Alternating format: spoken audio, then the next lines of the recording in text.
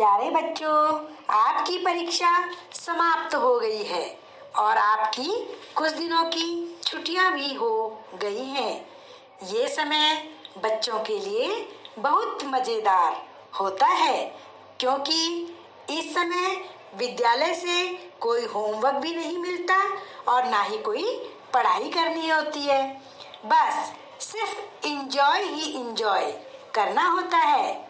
लेकिन कुछ बच्चे इस समय का आनंद लेने के स्थान पर परीक्षा परिणाम यानी कि रिजल्ट की चिंता में हैं, जबकि चिंता करने से कुछ नहीं होगा क्योंकि आपने जैसे पेपर किए होंगे वैसा ही रिजल्ट होगा। आपको इस समय का सदुपयोग करना चाहिए, यानी जिस चीज में आपका इंटरेस्ट है, रुचि है, उसे सीखना चाहिए। चलिए बच्चों, आज मैं आपको कहानी सुनाती हूँ कि एक बच्चा जो हमेशा परीक्षा परिणाम की चिंता में लगा रहता था, तो उसके साथ क्या हुआ। बच्चों, बहुत समय पहले किसी शहर में एक चिंटू नाम का लड़का अपनी बहन चिंकी और माता पिता के साथ रहता था। चिंटू तथा उसकी बहन के एग्जाम खत्म हो गए थे। रिजल्ट निकलने से पहले उनकी कुछ दिन की छुट्टियां पड़ गई थी। दोनों भाई बहन बहुत मस्ती और शैतानी कर रहे थे। माँ उनकी शैतानी और शिकायतों से बहुत परेशान हो गई थी। माँ उन्हें पढ़ाई करने को कहती तो वे कहते कि अभी तो परीक्षा समाप्त हुई है, रिजल्ट आने के बाद ही जब हमारी नई पुस्तक आएंगी तभी हम पढ़ाई करेंगे। उनकी शैतानियों से दोनों माता पिता बहुत परेशान हो गए। उनके पिताजी ने उन्हें बिजी रखने के लिए उपाय सोचने लगे। रात के भोजन के समय जब वे खाना खा रहे थे तो दोनों खाना खाते हुए डाइनिंग टेबल को बजाने लगे और शैतानी करने लगे। दोनों की हरकतें देखकर उनकी मम्मी कहने लगी, टेबल बजाना बंद करो और चुपचाप खाना खाओ। उनको डाइनिंग टेबल बजाता देखकर पिताजी बोले, अरे वाह, आप दोनों तो बड़ा अच्छा टेबल बजा लेते हो। मुझे लगता है तुम दोनों को तबला सिखाना चाहिए। मैं कल तुम्हें मशहूर तबला वादक प्रेम स्वरूप जी के पास ले जाऊंगा।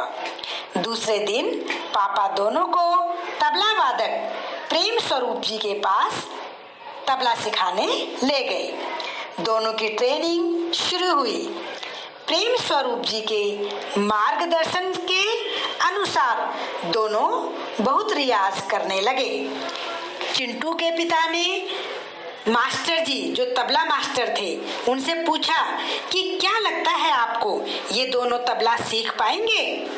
मास्टर जी बोले, चिंकी को तबला सीखने में टाइम लगेगा, लेकिन चिंटू जल्दी ही सीख जाएगा। उसकी उंगलियां बहुत जल्दी बीट पकड़ लेती हैं। रोज दोनों बच्चे सुबह से शाम तक अभ्यास करते। चिंटू बहुत अच्छा तबला बजाने लगा, लेकिन चिंकी को तबला बजाने में समय लग रहा था। इस तरह छुट्टियां कैसे बीत गई पता ही नहीं चला। आखिर वह दिन आ ही गया जिसका बच्चों को उत्सुकता से इंतजार रहता है, यानी रिजल्ट का दिन। चिंटू और चिंकी दोनों रिजल्ट लेने के लिए स्कूल पहुंचे। अध्यापिका ने सभी बच्चों को रिजल्ट दिया। चिंकी कक्षा में प्रथम आई थी, लेकिन चिंटू बहुत ही मुश्किल से पास हो पाया।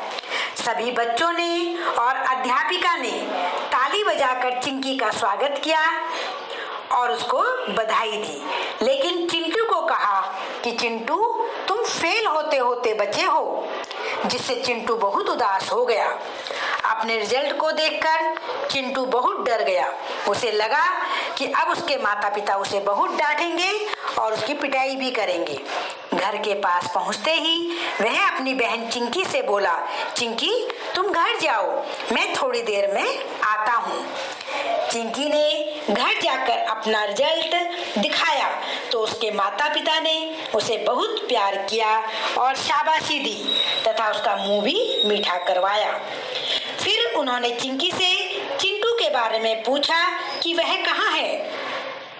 चिंकी ने बताया कि चिंटू ने कहा कि मैं अभी थोड़ी देर में आता हूँ। दोपहर से शाम हो गई लेकिन चिंटू घर नहीं आया और अब रात हो गई। मम्मी पापा तथा चिंकी सभी परेशान होकर चिंटू को इधर उधर ढूंढने लगे लेकिन वह कहीं नहीं मिला। माँ रोने लगी। तभी चिंटू के पापा के पास एक फोन की कॉल आई। कॉल आते ही पापा ने राहत की सांस ली और माँ को बोला कि रो मत, चिंटू तबला वादक प्रेम स्वरूप जी के घर में छिपा है। मम्मी पापा चिंकी प्रेम स्वरूप जी के घर पहुँचे तो चिंटू वहाँ छिपा हुआ उदास बैठा हुआ था। प्रेम स्वरूप जी बोले, जब से ये आया है ऐसे ही चुपचाप और उदास बैठा है। पिताजी ने आगे बढ़कर चिंटू से पूछा, बेटा क्या हुआ, ऐसे परेशान क्यों बैठे हो? चिंटू ने डरते हुए अपना रिजल्ट पापा की ओर बढ़ा दिया। पापा ने रिजल्ट देखा तो वे सब समझ गए और बोले, कम मार्क्स आने के कारण तुम यहाँ छिपकर बैठे थे। तुम्हें लगा कि हम तुम्हें पीटेंगे और डांटेंगे, लेकिन नहीं बेटा, मैं तुम्हें नहीं डांटूंगा और ना ही तुम्हारी पिटाई करूंगा, क्योंकि यदि तुमने पढ़ाई नहीं की होती तो मैं तुम्हें अवश्य डांटता। परंतु तुमने तो बहुत पढ़ाई की थी, बहुत मेहनत की थी, पर तुम्हारे उसके अनुसार मार्क्स नहीं आए तो कोई बात नहीं, अगले साल और अच्छे से मेहनत करना।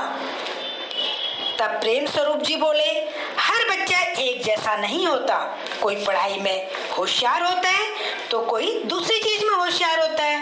हर बच्चे में कोई न कोई प्रतिभा अवश्य होती है। देखो तुम कितना अच्छा तबला बजाते हो और कितनी जल्दी तबला बजाना तुम सीख गए, जबकि बेचारी चिंकी अभ्यास करने के बाद भी अभी तक ढंग से तबला नहीं बजा पा रही है। सचिन तेंदुलकर पढ़ाई में कमजोर थे लेकिन क्रिकेट में छक्कों की बौछार करते थे। वैसे ही तुम पढ़ाई में कमजोर हो तो क्या हो गया, लेकिन तबला बजाने में तो तुम नंबर 1 हो, इसलिए तुम निराश मत हो। तुम्हारी तबला बजाने में रुचि है तो तुम इसमें नंबर 1 रहो, लेकिन अपनी पढ़ाई के लिए भी मेहनत करो। चलो अब अपने माता पिता को तबला बजाकर दिखाओ। यह सुनकर चिंटू बहुत खुश हो गया। उसने अपने आंसू पोंछे और तबला बजाने लगा। उसके तबले की धुन को सुनकर सभी उसमें खो गए, यानी कि उसने इतना अच्छा तबला बजाया। बच्चों, आपको इस कहानी से क्या सीख मिलती है? इस कहानी से ये सीख मिलती है कि हर बच्चे में कोई न कोई प्रतिभा अवश्य होती है, इसलिए अपने को कभी भी किसी से कम नहीं आंकना चाहिए। जिसमें भी आपकी रुचि है उसमें आपको ज्यादा फोकस करना चाहिए, लेकिन पढ़ाई में भी मेहनत करनी चाहिए। आप देखते हैं कि आपके बहुत सारे साथी पढ़ाई में इतने अच्छे नहीं होते, जबकि कोई खेल में अच्छा होता है, कोई गाने में अच्छा होता है, कोई डांस में अच्छा होता है ना? तो यह अवश्य नहीं है कि पढ़ाई में ही बहुत अच्छा होना चाहिए। आपकी जिस चीज में रुचि है आप उसमें नंबर 1 रहो। इसलिए आशा है कम अंक आने पर अब आप निराश नहीं होंगे, बल्कि मेहनत करेंगे ताकि अगली बार आप अच्छे अंक ला पाए। आशा है आपने ये कहानी को ध्यान से सुना। अब आगे आप मेहनत करेंगे और कहानी से अवश्य सीख लेंगे। धन्यवाद।